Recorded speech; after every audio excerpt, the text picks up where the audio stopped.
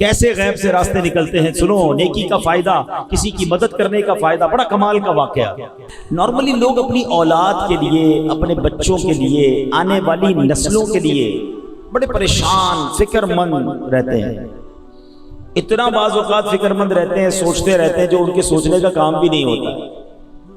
آج میں آپ کو یقین کریں، قرآن و حدیث کی روشنی میں اس بیان میں ہم ایسی کمال کی بات سیکھیں گے کہ جس کام کی طرف توجہ دلانی اگر وہ کام کر لینا تو انشاءاللہ ہماری نہ صرف اولاد بلکہ آنے والی نسلوں کا بھلا ہو جائے. وہ کون سا کام ہے، وہ کون سا عمل ہے؟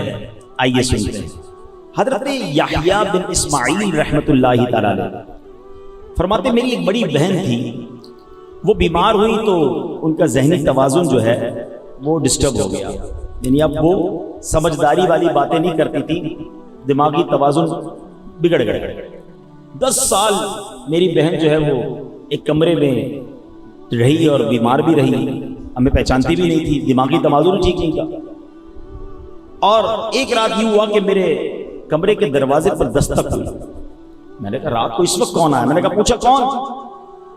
تو دروازہ کھٹکھٹانے والی ایک لیڈیز کی آواز آئی اور اس نے کہا میں آپ کی بہن ہوں. آپ نے پوچھا کون؟ کہا میں آپ کی بہن ہوں. آپ حیران ہو گئے کہ یہ میری بہن ہے، یہ کیسے بولنے لگ گئی اور کیسے مجھے پہچاننے لگ گئی اور یہ کہنے لگ گئی کہ میں آپ کی بہن ہوں. فوراً دروازہ کھولا. 10 سال بعد میری بہن میرے کمرے میں آئی، اور آئی تو میں نے جب اس سے باتیں کی تو وہ بالکل ٹھیک تھی، اس کا تمام معاملات دور ہو چکے تھے. تو میں نے کہا کہ یہ سب کیسے ہوا، آپ طبیعت کیسے ٹھیک ہو گئی آپ کی؟ بہن کہتی ہے میں سو رہی تھی کہ میں نے خواب میں دیکھا کہ اللہ پاک نے تمہارے دادا کی نیکی کی برکت سے تمہارے والد محمد اسماعیل کی حفاظت کی، اور تمہارے والد محمد اسماعیل کی برکت سے تمہاری حفاظت فرماتا ہے.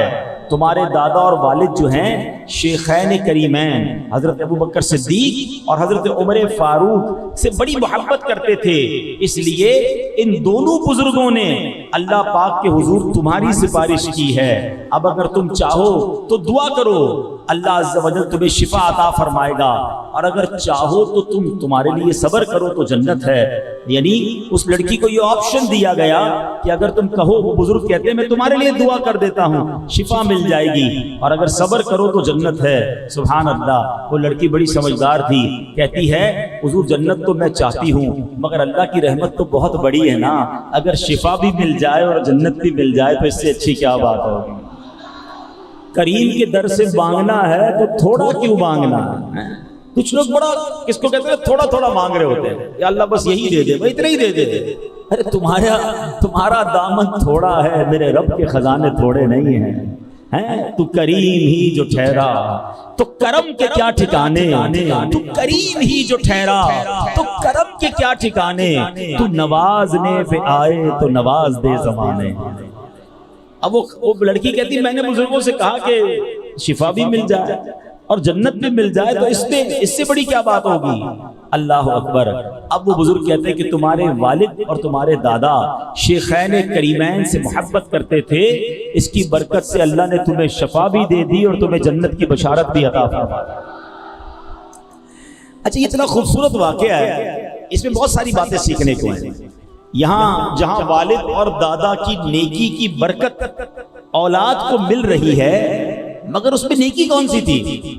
نیکی یہ ہے کہ صحابہ سے محبت ہے، شیخین سے محبت ہے. سبحان اللہ. تو پتا چلا کہ صحابہ اور اہل بیت اور اللہ کے نیک بندوں کی جو محبت ہے نا، وہ بندے کو بہت ساری مشکلوں سے بچا لیتی ہے. سبحان اللہ. جبھی تو ہم کہتے ہیں نا کہ ہم کو صحابہ اور اہل بیت سے پیار ہے، انشاءاللہ دو جہاں میں اپنا بیڑا ہر صحابی نبی، ہر صحابی نبی، ہر زوجہ نبی. اللہ پاک ہمیں صحابہ، اہل بیت، اولیاء اور اپنے نیک بندوں کی محبت نصیب فرمائے. اچھا اس میں سیکھنے کو دوسری جو بات ملی کہ انسان جب نیکی کرتا ہے نا تو وہ نیکی صرف اسے فائدہ نہیں دے رہی ہوتی، اس کی اولاد کو بھی فائدہ دیتی ہے، اس کی نسلوں کو بھی فائدہ دیتی ہے، اس کے گھر بار کو بھی فائدہ دیتی ہے. اور ہم بعض اوقات نیکی کر کے یا تو نیکی کرنے سے پہلے سمجھ رہے ہوتے ہیں یار اس کا کیا فائدہ ہے، تھوڑا سا ہی تو نیکی ہے، چھوٹی سی تو نیکی ہے، یہ نیکی کر کے بھول جاتے ہیں پتہ نہیں کچھ ہوگا نہیں ہوگا۔ یاد رکھیے نہ نیکی بھلائی جاتی ہے نہ گناہ بھلایا جاتا ہے، میں اور آپ تو بھول جاتے ہیں مگر اللہ کی بارگاہ میں یہ سب لکھ لیا گیا ہے۔ بڑی خوبصورت حدیث ہے، جمعے کے خطبے میں یہ حدیث آپ نے کئی بار سنی ہوگی۔ اب پرابلم یہ ہے کہ جمعے کا خطبہ تو ہر بار سنتے ہیں، سمجھ تو آتا نہیں، نہ کبھی کوشش کی امام صاحب سے پوچھنے کی یا کوئی ٹرانسلیشن تو لوں، یار ہر جمعے کو جمعے کا خطبہ سنتا ہوں، سمجھ نہیں آتا امام صاحب کیا بول رہے ہوتے ہیں، حالانکہ اتنے کمال کے اس میں میسیجز ہوتے ہیں۔ اس میں ایک حدیث آتی ہے البر لا یبلا والذنب لا ینسا والدیان لا یموت اعمل ما شئت کما تدین تدان۔ یاد آ رہا ہے؟ سب سر بھی ہلا رہے ہیں، ہاں یار ایسا کچھ امام صاحب بولتے تو ہیں، آدھوں کو تو یاد بھی ہوگی مگر مانا نہیں پتا۔ آپ بلیو کریں، یقین کریں، یہ ایسی حدیث ہے جو جھنجھوڑ دیتی ہے، جو ہلا دیتی ہے۔ اگر اس کا معنی پتا ہو نا کیا کمال کا میسج ہے اس میں۔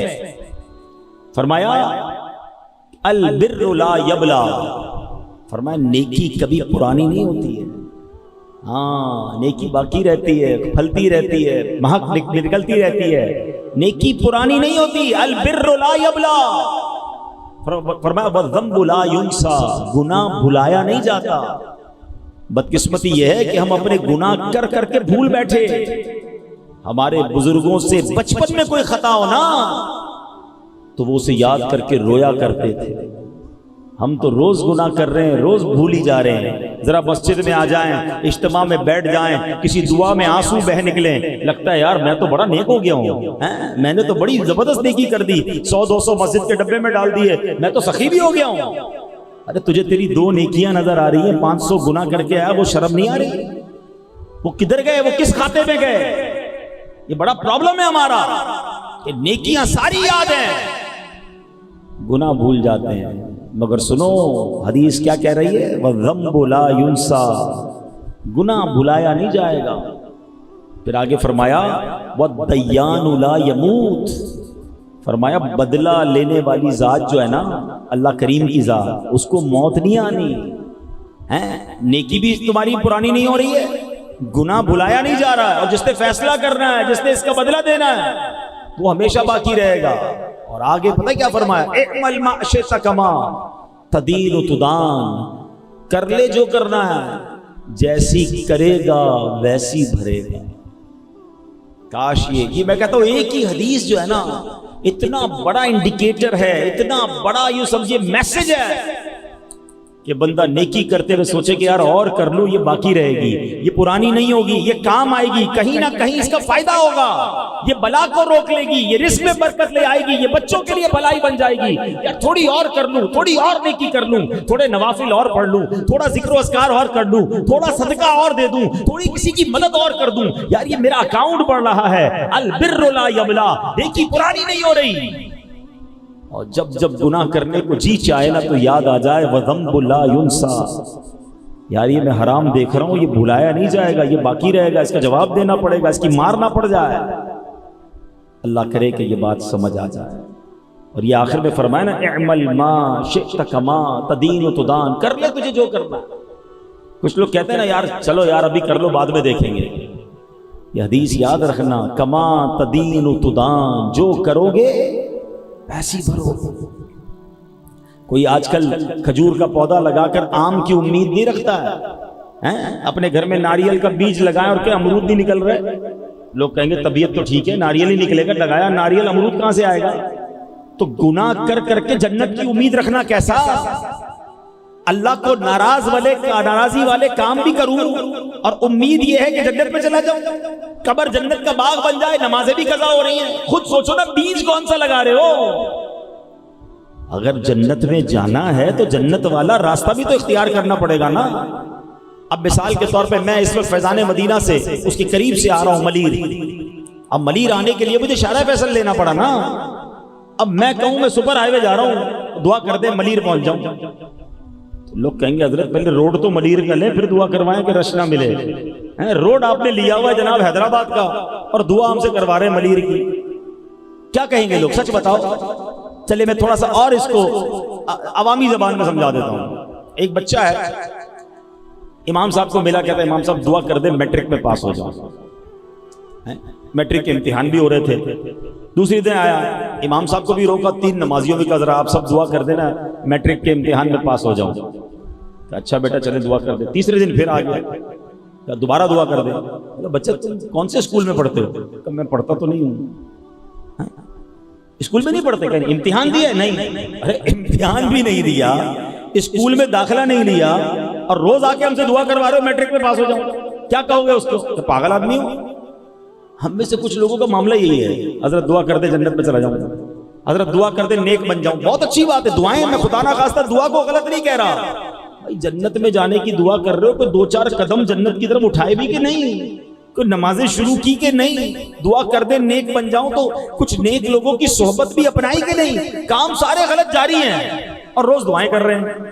دعا بھی کرنی ہے مگر اس سے پہلے کچھ دوا بھی تو کر لو نا. خدا را سمجھو بیج جو بونا ہے وہی کاٹنا ہے.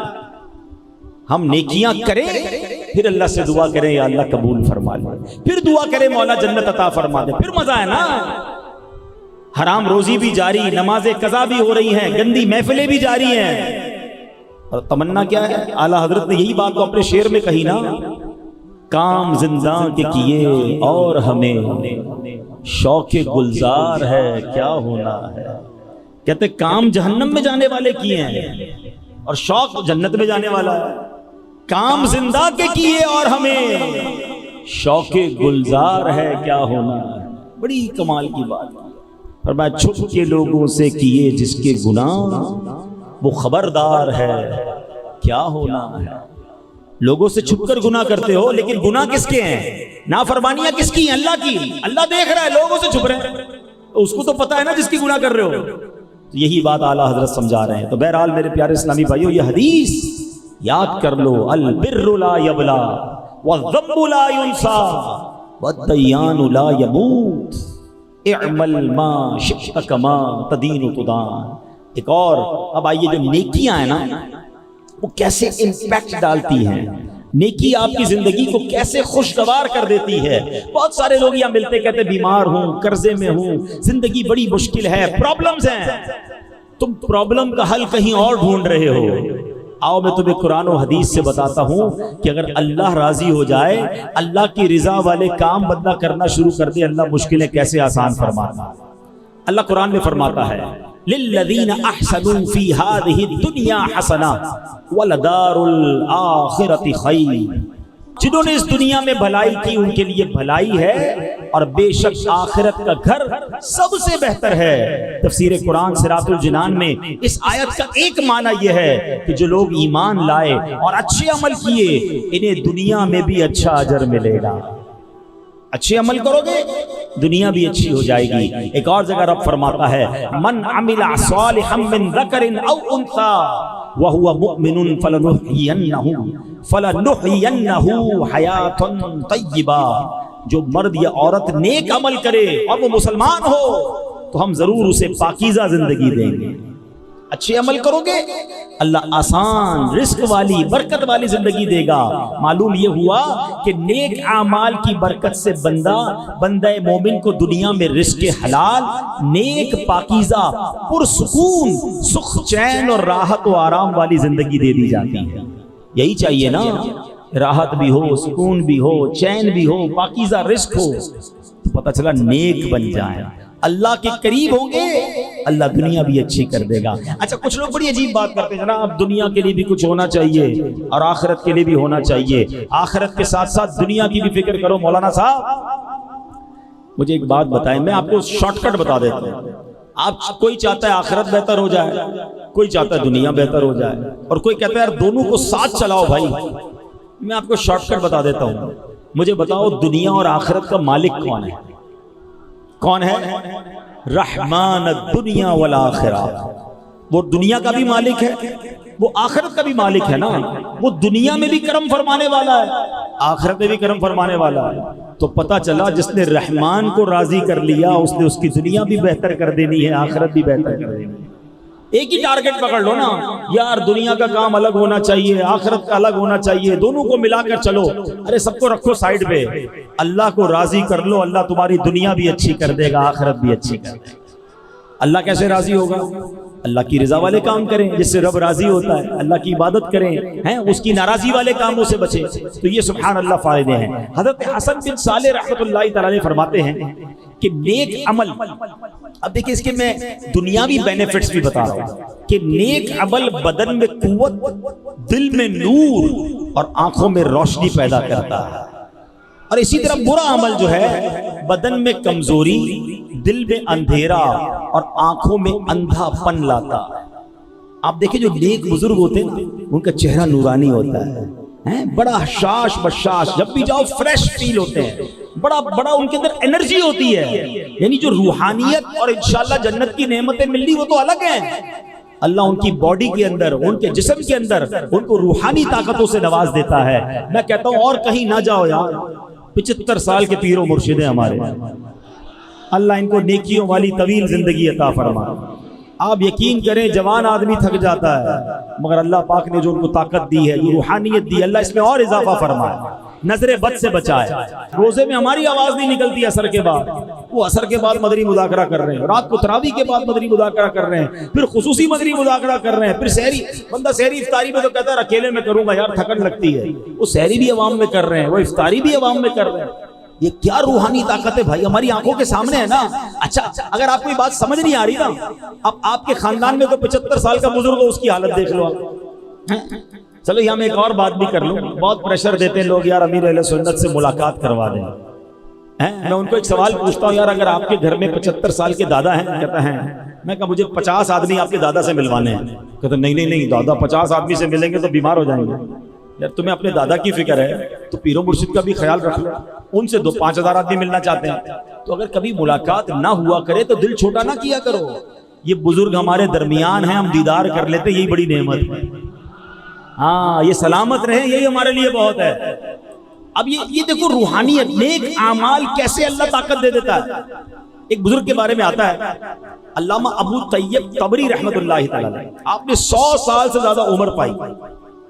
100 سال کی عمر میں بھی آپ بڑے تگڑے تھے، جسم بھی نارمل تھا، آپ کی جو ہے وہ دانت بھی ٹھیک ہیں، آنکھیں بھی ٹھیک ہیں، سنتے بھی ٹھیک تھے۔ تو لوگوں نے کہا حضرت آپ 100 سال میں بھی جوان ہیں، یہ کیسے؟ اس عمر میں تو آنکھیں کمزور ہو جاتی ہیں، دانت کمزور ہو جاتے ہیں، گر جاتے ہیں دانت، سماعت نہیں رہتی ہے، پیروں میں ہمت نہیں رہتی ہے، آپ بالکل فٹ فاٹ۔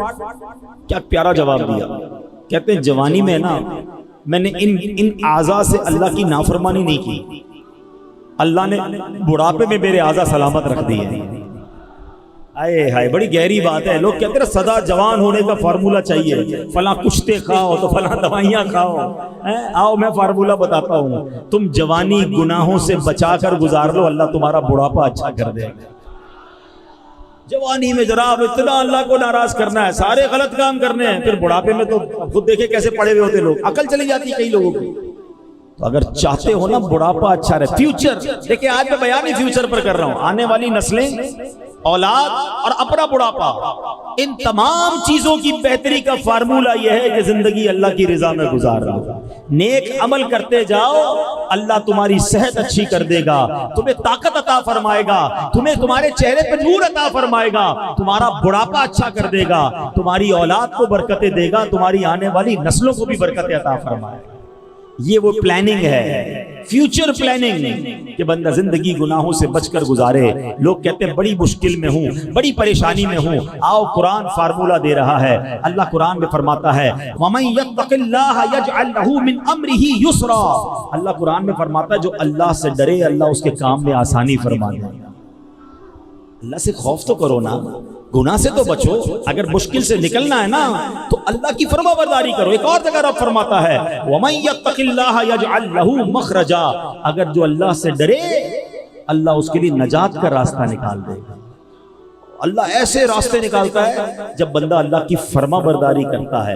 اللہ کی نافرمانی بھی کرتے ہیں، پھر کہتے ہیں یار پتہ نہیں کون سا گناہ ہو گیا، مسئلے حل ہی نہیں ہو رہے، میری دعائیں قبول نہیں ہو رہی۔ اچھا نماز پڑھتے ہیں، ہاں وہ تو کبھی کبھی پڑھ لیتے ہیں۔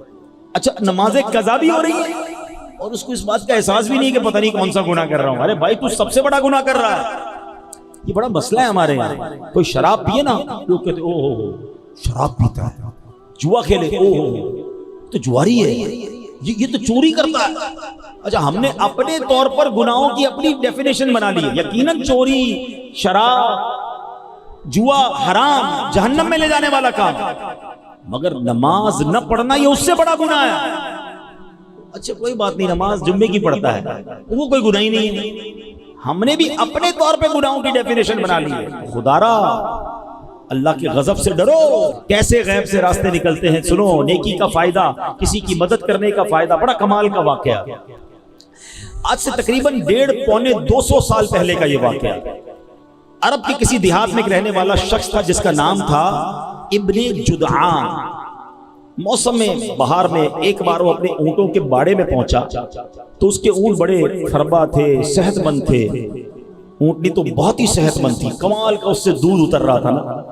تو یہ دیکھ کر اس کا سر شکر سے جھک گیا. پھر اچانک اس کو قرآن پاک کی 4 پارے کی پہلی آیت یاد آ گئی. وہ آیت کیا ہے؟ لن تنالوا البر حتى تنفقوا مما تحبون.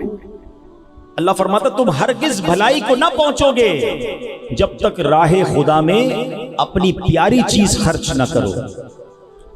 تو اس نے فیصلہ کر لیا کہ اس اونٹنی اور اس کے بچے کو راہ خدا میں صدقہ کر دوں گا. کہ اتنا دودھ دے رہی ہے, اتنی اچھی اونٹنی ہے, تو میں اس اونٹنی کو ہی صدقہ کر دیتا ہوں. سب سے اچھی چیز تھی. یہ بڑی کمال کی بات ہے. میں اس آیت اور اس کے ترجمے اور اس کی تفصیل پر تھوڑی دیر بعد بات کرتا ہوں, پھر آپ کو سمجھ آئے گی کہ اپنی پیاری چیز خرچ کرنے کا اجر کتنا ہے. تو اس نے کیا کیا کہ یہ اونٹنی کو اور بچے کو ساتھ لیا اور ایک پڑوسی کے گھر پہنچ گیا. پڑوسی کی 7 غریب بیٹیاں تھیں, بڑا غریب تھا. دروازہ کھٹکھٹایا اور جیسے دروازہ کھولا تو کہا یہ اونٹنی, اس کا بچہ, یہ آپ کو تحفہ ہے. پڑوسی تو حیران, دودھ دینے والی اونٹنی میرے گھر آ گئی. بڑی دعائیں دی اس نے. اب یہ ابن جدعان جو ہے وہ چلا گیا. کچھ عرصہ ہوا تو بڑا قحط آ گیا. پانی بھی نہیں, بارشیں بھی نہیں ہو رہی, ہر طرف پانی کی قلت. ایک ایک گھونٹ کو لوگ ترسنے لگے. ابن جدعان نے اپنے بیٹوں کو ساتھ لیا کہ چلو پانی ڈھونڈتے ہیں. ڈھونڈتے ڈھونڈتے وہ ایک غار, انڈر گراؤنڈ ایک غار تھا, اس میں چلا گیا. جب اندر اترا تو کہ شاید یہاں پانی مل جائے. اندر اترا تو پانی میں تو گیا لیکن پانی نہیں تھا بلکہ دلدل تھی. بچوں نے بڑی آوازیں لگائیں, ابن جدعان باہر ہی نہیں نکل سکا. بچے تھوڑی دیر, 1-8 دن تو انتظار کیا, لگتا ہے ابا جی تو گئے. یہ بچے گھر آئے اور ابا جی کے لیے سمجھ لے فاتحہ پڑھی اور سب نے ابو کا مال آپس میں بانٹنا شروع کیا. پھر سوچا ابو کے پاس ایک اونٹنی بھی تھی. وہ اونٹنی تو ابو نے پڑوسی کو دے دی. لالچی بچہ تھے, کہ یہ تو واپس لینی چاہیے اس سے, اتنی کمال کی اونٹنی تھی, بھائی جان بڑا دودھ دیتی تھی. پہنچ گئے پڑوسی کے پاس, کہا آپ کو یاد ہے ابو نے آپ کو ایک اونٹنی دی تھی؟ کہاں. بولا ہمیں واپس چاہیے. ابو کہاں ہیں؟ کہا وہ تو دلدل میں گئے, نکلے نہیں وہاں سے. پڑوسی بھی کمال کا تھا, کہا ٹھیک ہے تمہیں چاہیے تو واپس لے لو. اونٹنی واپس دی اور یہ پڑوسی ڈھونڈنے نکل گیا اپنے محسن کو کہ یہ مجھے اس نے بڑے مشکل وقت میں مدد کی تھی, آج میں اس کی مدد کروں گا. ڈھونڈتے ڈھونڈتے اس غار میں پہنچا, اندر اتر گیا, دلدل نظر آیا. اس نے آوازیں دینا شروع کی تو اس پڑوسی کو قریب سے کہیں سے سانس کی آواز آنے لگی. ڈھونڈتے ڈھونڈتے ہاتھ لگایا تو اس کو ابو جدعان ملا. ابو جدعان زندہ تھا. بڑی مشکل سے اس کو کھینچا, اس کو باہر نکالا.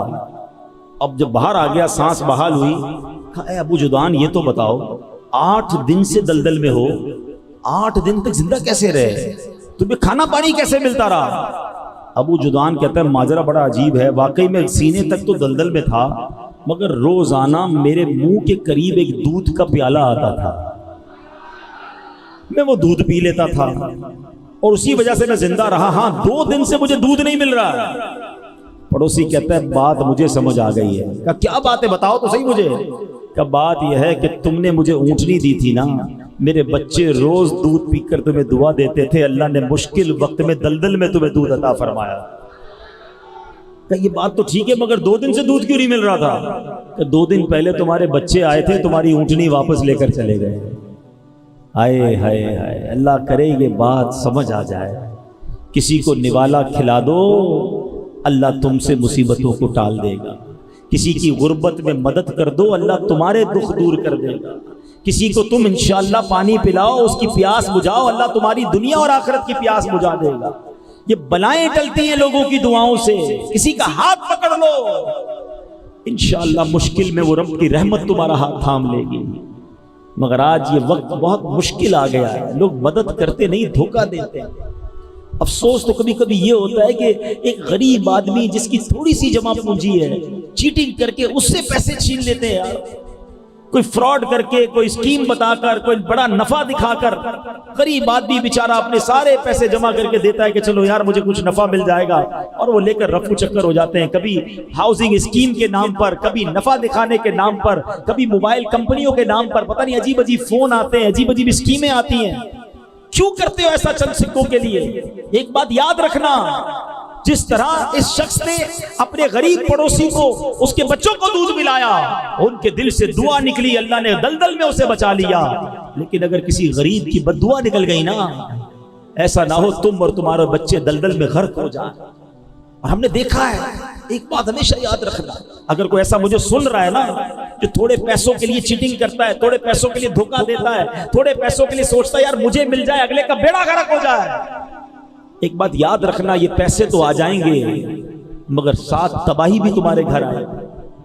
ہم نے اپنی چھوٹی سی زندگی میں، میں نے تو دیکھا ہے، اور بزرگ بیٹھے ان سے بھی پوچھ لو، جس نے کسی کے پیسے کھائے ہیں نا، کسی کو تکلیف پہنچائی ہے، کسی کو دھوکہ دیا ہے، ہم نے اس کو برباد ہوتے ہی دیکھا ہے، اور جس کے پیسے کھائے گئے نا، اللہ نے پھر اسے کھڑا کر دیا۔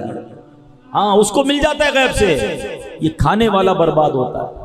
تو میرے پیارے اسلامی بھائیو، یہ فارمولہ سمجھ جاؤ کہ بھلائی کرو، یہ بھلائی تمہیں واپس ملے گی، لوٹ کے ملے گی، مصیبت کے وقت ملے گی۔ اور یہ جو چوتھے پارے کی پہلی آیت تھی نا اس واقعے میں، لن تنالوا البر حتى تنفقوا مما تحبون، کیا فرماتا ہے قرآن؟ کہ تم ہرگز بھلائی کو نہ پہنچو گے جب تک راہ خدا میں اپنی پیاری چیز خرچ نہ کرو۔ تو یہ بھی بڑا مسئلہ ہے، خرچ تو کرتے ہیں مگر جو بچ جائے، جو پھینکنے والا ہو، جو ہمارے کام کا نہیں ہے، چلو یار اللہ کی راہ میں دے دو، کپڑے پھٹ گئے غریب کو دے دو، کھانا بچ گیا مدرسے میں بھیج دو، رضائی پرانی ہو گئی چلو کسی غریب کو دے دو۔ چلو میں یہ نہیں کہتا یہ بھی دینا چاہیے، لیکن مزہ اس میں ہے کہ تمہیں بھی ضرورت ہے، تمہیں پسند بھی ہے، اور وہ تم اللہ کی راہ میں خرچ کر، اس کا مزہ اور ہے۔ اس شخص نے اپنی بہترین اونٹنی دی تھی نا، اللہ نے دلدل میں پھنسے ہوئے کی اس کی جان بچا لی۔ کسی کو کھلانا، کسی کو پلانا، صدقہ دینا، اس کے بڑے فضائل ہیں۔ حدیث پاک میں آتا ہے ایک خاتون تھی، وہ اپنے کھانا کھا رہی تھی، تو کسی نے دروازے پر دستک دی کہ اللہ کے نام پہ کچھ دو۔ اب تھوڑا سا ہی کھانا تھا، انہوں نے کیا کیا، اپنا نوالا نکال کر، اپنا نوالا جو کھا رہی تھی نا روکا اور کہا چلو یہ کھانا اس غریب کو دے دو، اپنا نوالا دے دیا۔ تھوڑے عرصے کے بعد وہ خاتون کے یہاں بچہ پیدا ہوا، حدیث کا مضمون ہے، تو بچہ لے کے جا رہے تو ایک بھیڑیا آیا، اور بھیڑیا اس کے چھوٹے سے بچے کو لے کر بھاگنے لگا۔ اب ماں کا بچہ جانور لے جائے، ماں کی کیا حالت ہوگی؟ ماں چیخنے لگی میرا بچہ، میرا بچہ، بچاؤ بچاؤ۔ نبی پاک علیہ السلام فرماتے ہیں اللہ نے فرشتے کو بھیجا کہ جاؤ اس بھیڑیے کے منہ سے بچہ چھینو، عورت کو واپس دو، اور اس کو کہہ دینا یہ لقمے کے بدلے لقمہ ہو گیا ہے۔ ہائے ہائے، بڑی بات گہری ہے اگر سمجھ آ جائے۔ تم نے منہ سے لقمہ میری راہ میں دیا تھا نا، خود نہیں کھایا، کسی میرے بندے کو کھلا دیا نا۔ تیرے بچے کو جو جانور نے لقمہ بنایا تھا، ہم نے اس لقمے سے تیرے بچے کو آزادی عطا فرمائی۔ کاش یہ سمجھ آ جائے۔ بچوں کی بھلائی چاہتے ہو نا، دوسروں کے بچوں کا بھلا کرو، آپ کے بھلا بچوں کا ویسے ہی ہونے لگ جائے۔ اپنے گھر کا بھلا چاہتے ہو نا، کسی کے گھر کا بھلا کر دو، تمہارے گھر سے آفتیں ویسے ہی دور ہو جائیں گی۔ دوسروں کو تکلیف دے کے آپ سمجھتے کہ میں خوشحال ہو جاؤں گا، پڑوسی پریشان اور تم سمجھو کہ میں خوش رہوں گا، نہیں۔ دوسروں کا بھلا، دوسروں کی خیر، اس کی برکتیں آئیں گی، اس کی ریفلیکشن آئے گی۔ یہ گو اراؤنڈ کہلاتا ہے، جو بندہ کرتا ہے وہ واپس آتا ہے لوٹ کے۔ برائی کرو گے برائی لوٹ کر آئے گی، اچھائی کرو گے وہ کہیں نہ کہیں تمہارے سامنے ضرور آئے گی۔ اور اس کی روایتیں موجود ہیں، انسان جب صدقہ کرتا ہے وہ بلا کو روک لیتا ہے، بلا آ رہی ہوتی ہے اس کو روک لیتا ہے، نہیں آنے دیتا بندے کے اوپر۔ دعا جو ہے نیکی ہے نا، بلا کو روکتی ہے، بلا سے دعا لپٹ جاتی ہے، نہیں آنے دیتی بندے کے اوپر.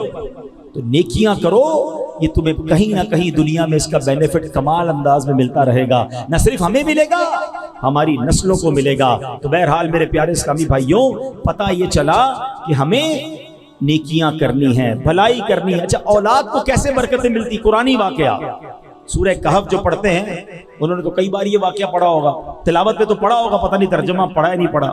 حضرت موسیٰ اور حضرت خضر کا واقعہ ہے نا سورہ کہف میں، سبحان اللہ، ذکر ہوتا ہے وَأَمَّا الْجِدَارُ فَكَانَ لِغُلَامَيْنِ يَتِيمَيْنِ فِي الْمَدِينَةِ وَكَانَ تَحْتَهُ كَنْزٌ لَهُمَا وَكَانَ أَبُوهُمَا صَالِحًا فَأَرَادَ رَبُّكَ أَن يَبْلُغَا أَشُدَّهُمَا وَيَسْتَخْرِجَا كَنْزَهُمَا رحمتم من ربک. سبحان اللہ. ترجمہ کیا ہے؟ رہی وہ دیوار، وہ شہر کے 2 یتیم لڑکوں کی تھی اور اس کے نیچے ان کا خزانہ تھا اور ان کا باپ نیک آدمی تھا. تو آپ کے رب نے چاہا کہ وہ دونوں جب اپنی جوانی کو پہنچے اپنا خزانہ نکال لیں. آپ کے رب کی رحمت سے حضرت خضر نے وہ دیوار کھڑی کر دی. اور ریزن کیا بتایا حضرت موسیٰ کو کہ ان کا باپ بڑا نیک تھا، یہ 2 یتیم بچوں کا خزانہ اس دیوار کے نیچے دفن تھا. اللہ نے نبی کو حکم دیا کہ جاؤ ان یتیم بچوں کی خزانے کی حفاظت کرو. دیوار قائم کر دی گئی. اللہ اکبر. مفسرین فرماتے ہیں کیا لکھا قرآن میں؟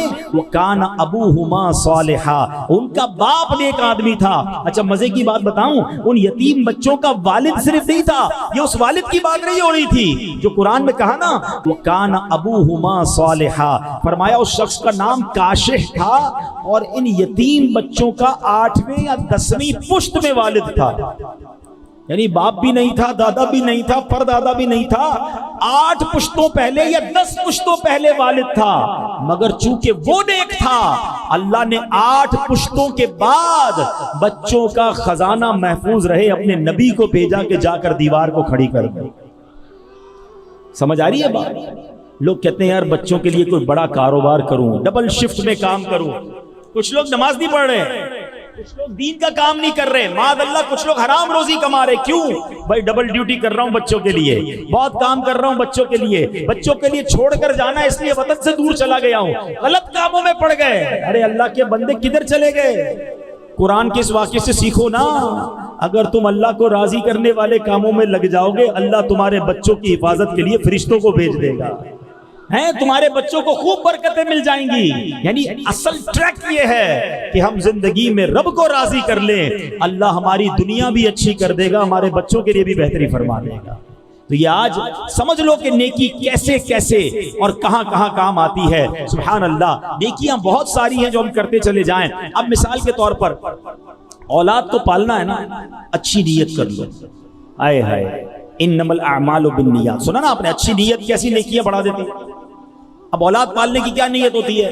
یہ بڑا ہو کے ڈاکٹر بنے گا، بڑا ہو کے انجینئر بنے گا، اس کو بڑا پیسے والا بنانا ہے، اس کو کاروباری بنانا ہے. کیا پیاری نیت علماء نے فرمائی کہ والد کو چاہیے کہ اولاد کی پرورش اس نیت سے کرے کہ میرا یہ بیٹا یا بیٹی روز قیامت میری شفاعت کریں گے.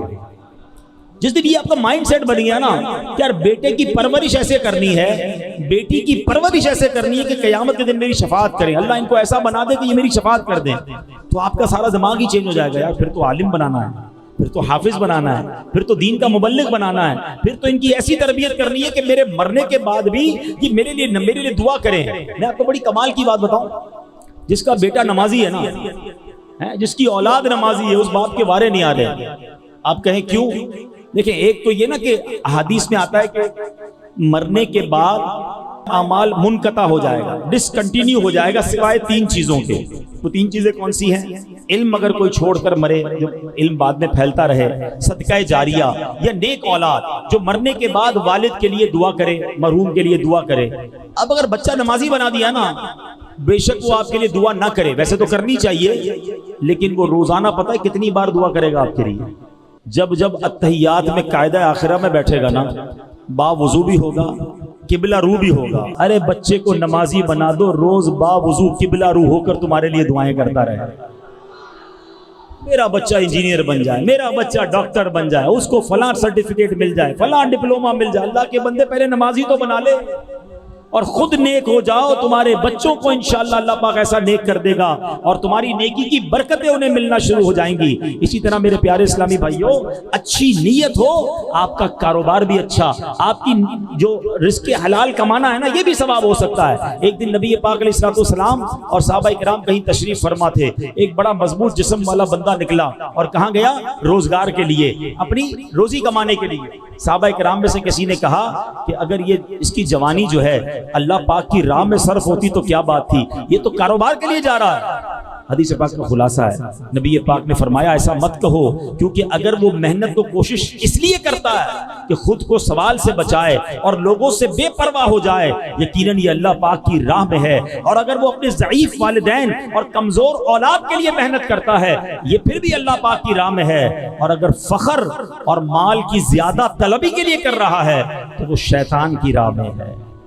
یعنی ایک ہی جاب ہے، ایک ہی کاروبار ہے، اچھی نیت شامل ہو جائے تو یہ اللہ کی راہ بن سکتا ہے، راہ خدا بن سکتا ہے۔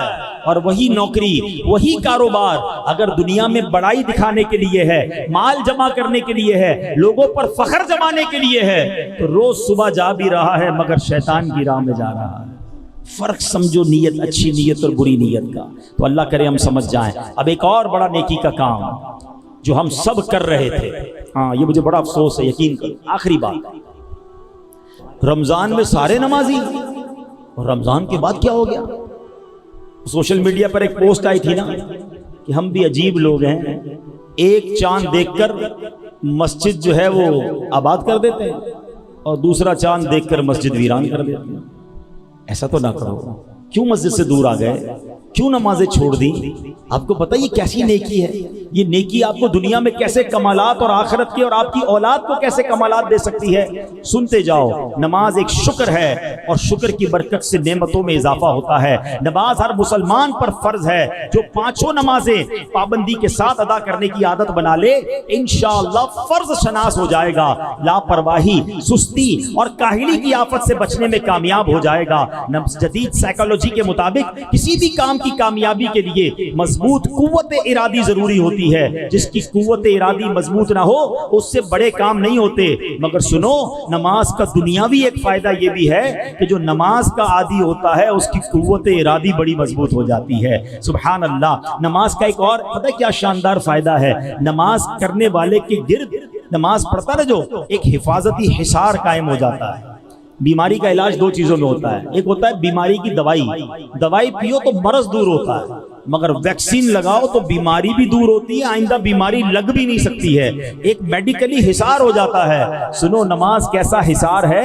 قرآن کہتا ہے ان الصلاۃ تنہا عن الفحشاء والمنکر، بے شک نماز منع کرتی ہے بے حیائی اور بری باتوں سے۔ تو پتہ یہ چلا کہ بندہ نمازی بن جائے، نماز اسے برائیوں سے بچانے لگ جاتی ہے۔ ایک مرتبہ ایک صحابی بارگاہ رسالت میں حاضر ہوئے، عرض کی یا رسول اللہ صلی اللہ تعالی علیہ وسلم، فلاں شخص نماز بھی پڑھتا ہے، چوری بھی کرتا ہے۔ اللہ کے حبیب نے فرمایا اسے چھوڑ دو، اس کی نماز جو ہے اسے چوری سے روک دے گی، اس کی نماز اسے چوری سے بچائے گی۔ تو پتہ یہ چلا کہ نماز خود بری بات سے بچاتی ہے۔ سبحان اللہ۔ ایک بار ہم بیرون ملک سفر پر تھے، بڑی کمال کی بات نگران شورا نے فرمائی۔ کچھ لوگوں نے کہا بڑی برائیاں ہیں ہمارے معاشرے میں، بڑے مسائل ہیں، فرمایا نماز درست کر دو، باقی نماز بندے کو درست کر دے گی۔